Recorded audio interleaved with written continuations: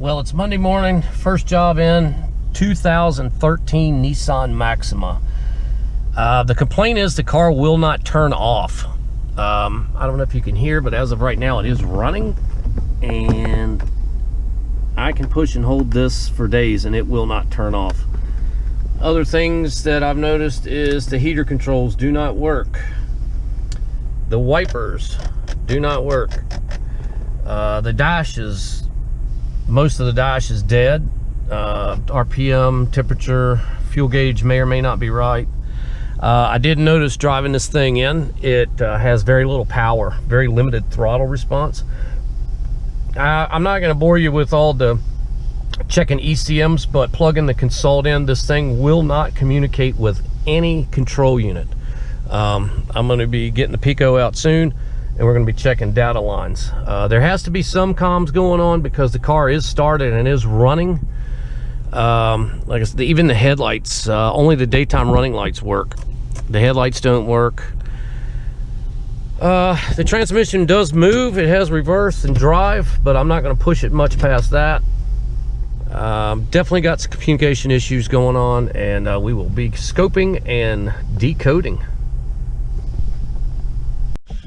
So I'm going to turn the button car on, and I'm going to focus you on the Pico screen, and I notice the samples look good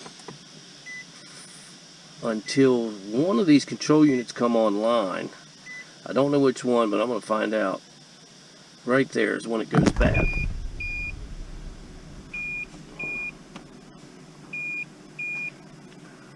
Right there. And right when that CAN signal goes crazy, the fans come on, and then the problems begin.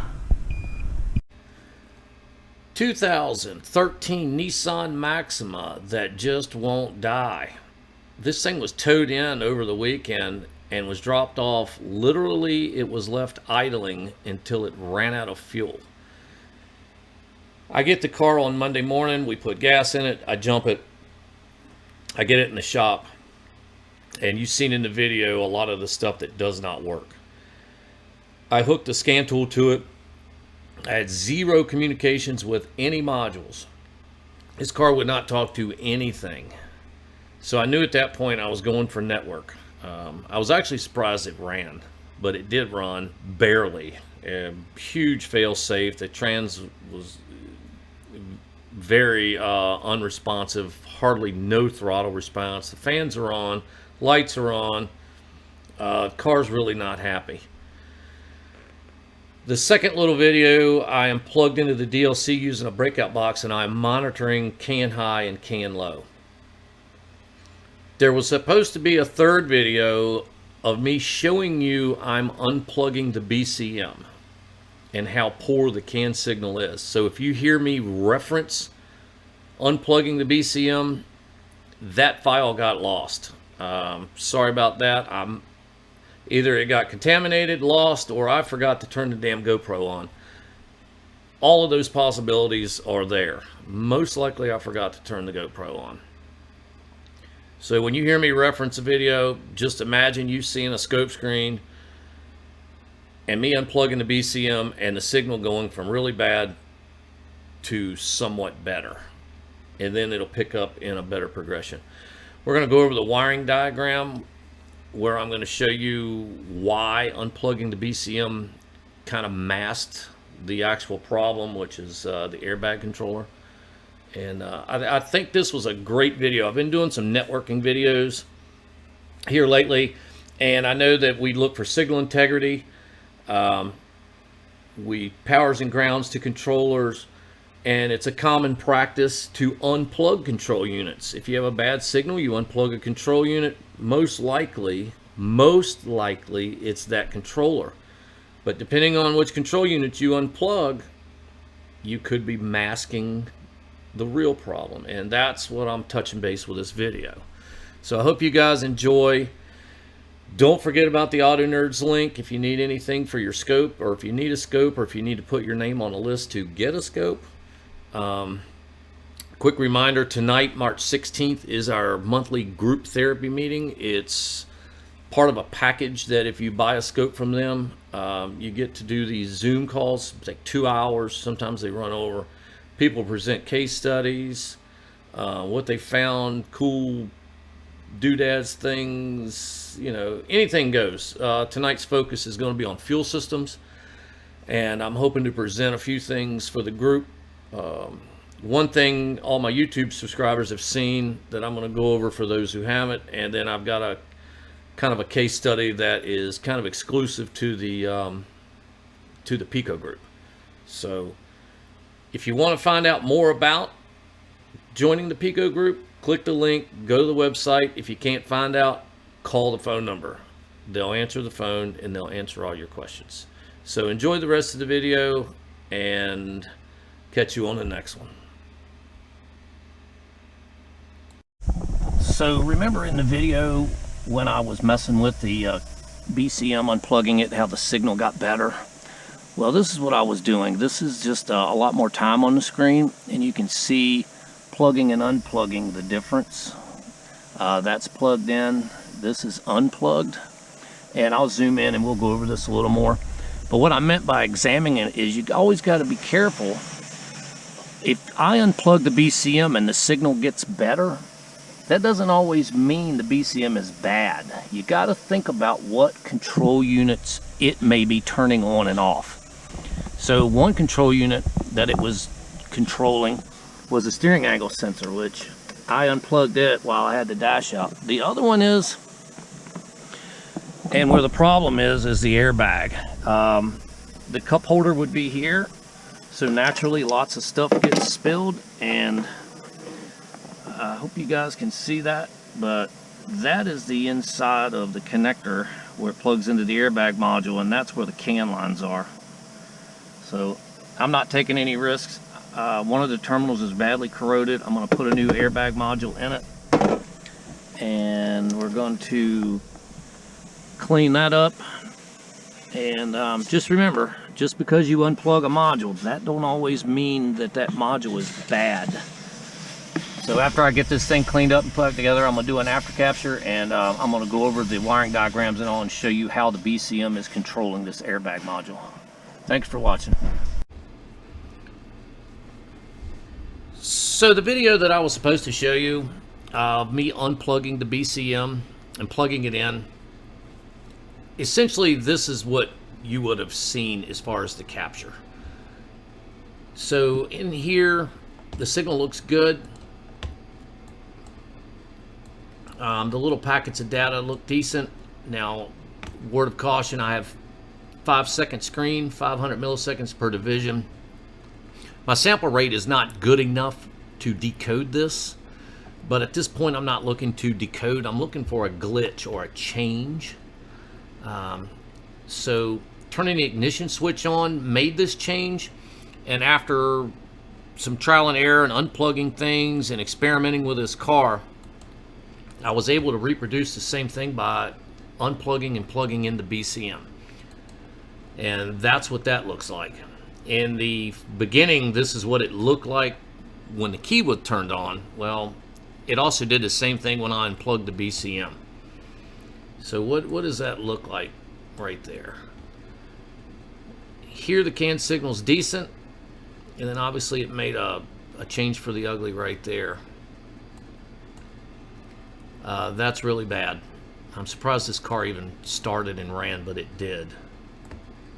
This is better. Like I said, everything looks a little round. It's not really squared off because my sample rate is a bit low, but it accomplished the mission. So unplugged, plugged in. Now, why am I harping about the BCM masking the real problem? Well, let's look at a diagram and let me explain. Let's see, where are we at here? All right, here's our CAN system.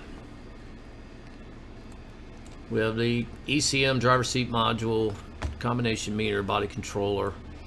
I have my breakout box hooked up right here at the data link. AV controller, auto amp. You know, you see all this stuff that's on this car. So I had my scope running the whole time, and I had it in sight, in line of sight, and I was unplugging control units. I started under the hood where it was, everything's easier to get to, easiest to hardest. Unplugged the IPDM, no change. TCM, no change. ABS. Where else did I go? I actually unplugged the ECM, no change. I reached under the seat, unplugged that guy, no change. So I'm to the point now where I've got to start taking some of the car apart. The BCM in this car is behind the instrument cluster. So I figured I would go for that because I have to unplug this to get to that. The steering angle sensor is right there after you take the shrouds off around the steering angle, around the steering wheel, sorry. So I said, well, let me go for the BCM, and that way I can get these three eliminated. Well, unplug that, no change. Unplug that, no change. I unplugged that. We got a big change, and that was the peak. That was the capture I just showed you. So through this whole video, I'm harping on the fact of this controller masking the real problem. Now let me show you why. Let's go. Actually, let's stay right here. 78 and 79. Only thing I did was unplug the connector that those two lines were in. And as you can see, there's a lot of wires in that connector. So I need to make sure when I'm unplugging that connector, what else am I killing? These room antennas and things like that, they have to do with the keyless entry. The little buttons on the outside of the doors to let you in when the key fob's in your pocket, that has nothing to do with CAN. The fob reader and things like that, this car has a little area that you can push the key in case your key fob battery goes dead. It'll still start the car. This sticks out to me. Ignition relay output. That could control a few things that I need to look at. Radio stuff, these output signals, they're like the wipers, key fob slot. I mean, pretty self-explanatory what a lot of this stuff is. This AT device out, I was a little curious, but that just happened to be the little bulb that lights up your parental switch. Anything I questioned, I looked up, and I wanted to see if it would or would not have an effect on my CAN system. And the only thing that did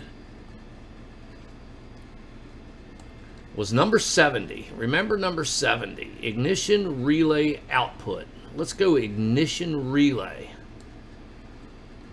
The cars usually have 3 or 4 of them. So I'm going to go down here to ignition power, pin 70.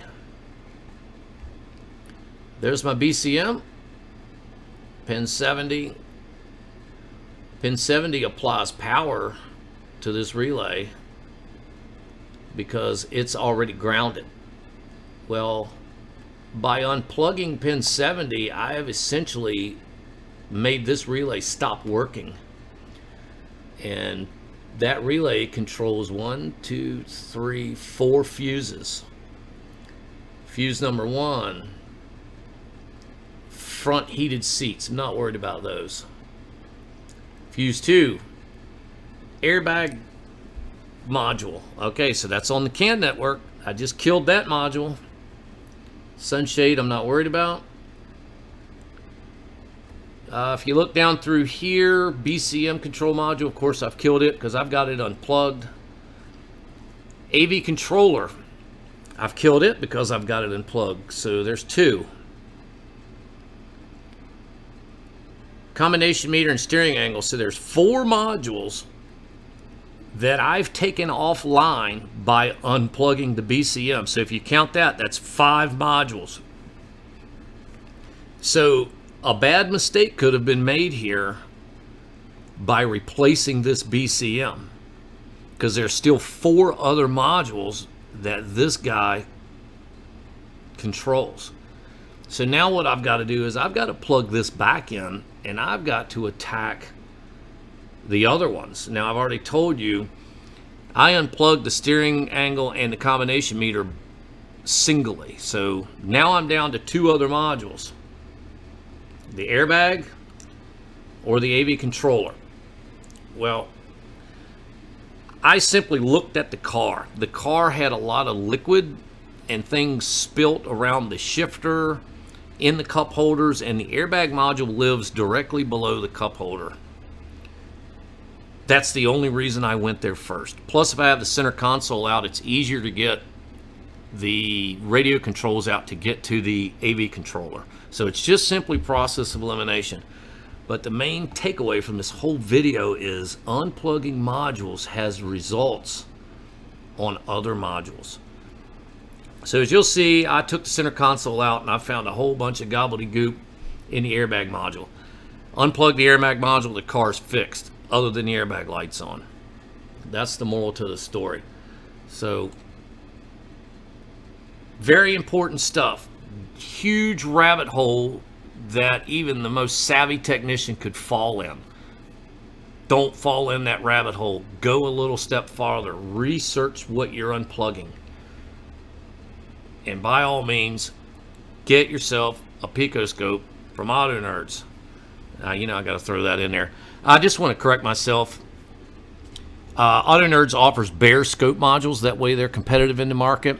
That does not come with the training and support. If you buy a kit from them, and what they've done is they put all kinds of goodies in the kit, amp clamps, secondary ignition stuff, the scope itself, you know, all the stuff you're going to need. If you buy a kit from them, included in buying that kit is a lifetime membership to the forums, the training and support, the group therapy meetings that I've spoke of. And I can tell you straight up, I bought my kit over about 10 years ago. Not one time in the 10 years has anybody came to me for more money to maintain my membership. It's not happening. I have been a member for over 10 years with no more money. Now I still buy stuff from them to, you know, as things break and wear. But the initial investment got me the full membership, and never once, even under 2 different ownerships, never once has anyone come to me for more cash. So keep that in mind when you're searching for your scope. So I've got one more video of this car being fixed, and I'll take that back. I got 2 videos left. I got one showing the problem, and then I've got a video of the repair and an after capture. So hold on, let me get to that stuff. Go. Got the airbag all harnessed and all repaired. Got the new module put in. That's a pretty new signal. Consult all systems, lets me know no DTCs. There's my airbag there. I did a quick scan of the CAN system. And we'll go to VCAN, and you can see all the modules are talking, nice and green. Not sure why that one's grayed out, but they usually are. But it is on the CAN network. I guess because it's not diagnosed. Maybe that answers the question.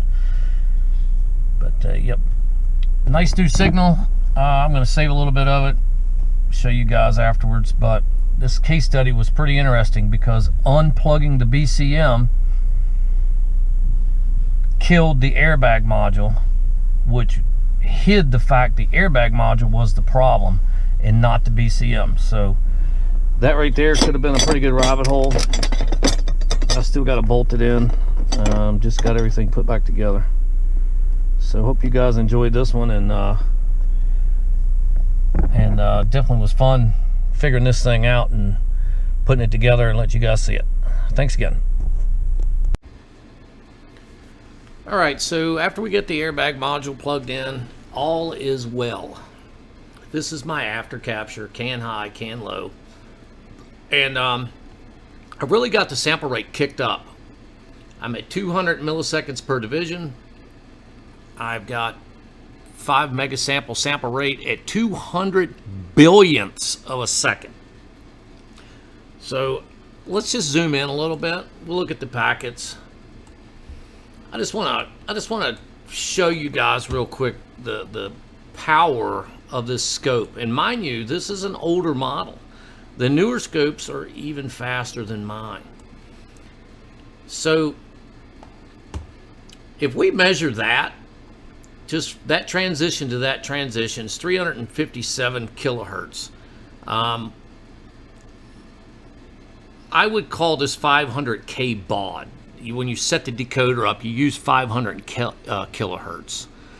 But to show you how fast, I mean, a CAN signal is super fast. We all know that. But I just want to show you guys how fast the scope is. So if I zoom in even farther, although from this point to this point takes 2.796 US, it's 2.7 millionths of a second. Let me show you the sample rate that I've got this thing set at. This scope drew a line from right there to right there.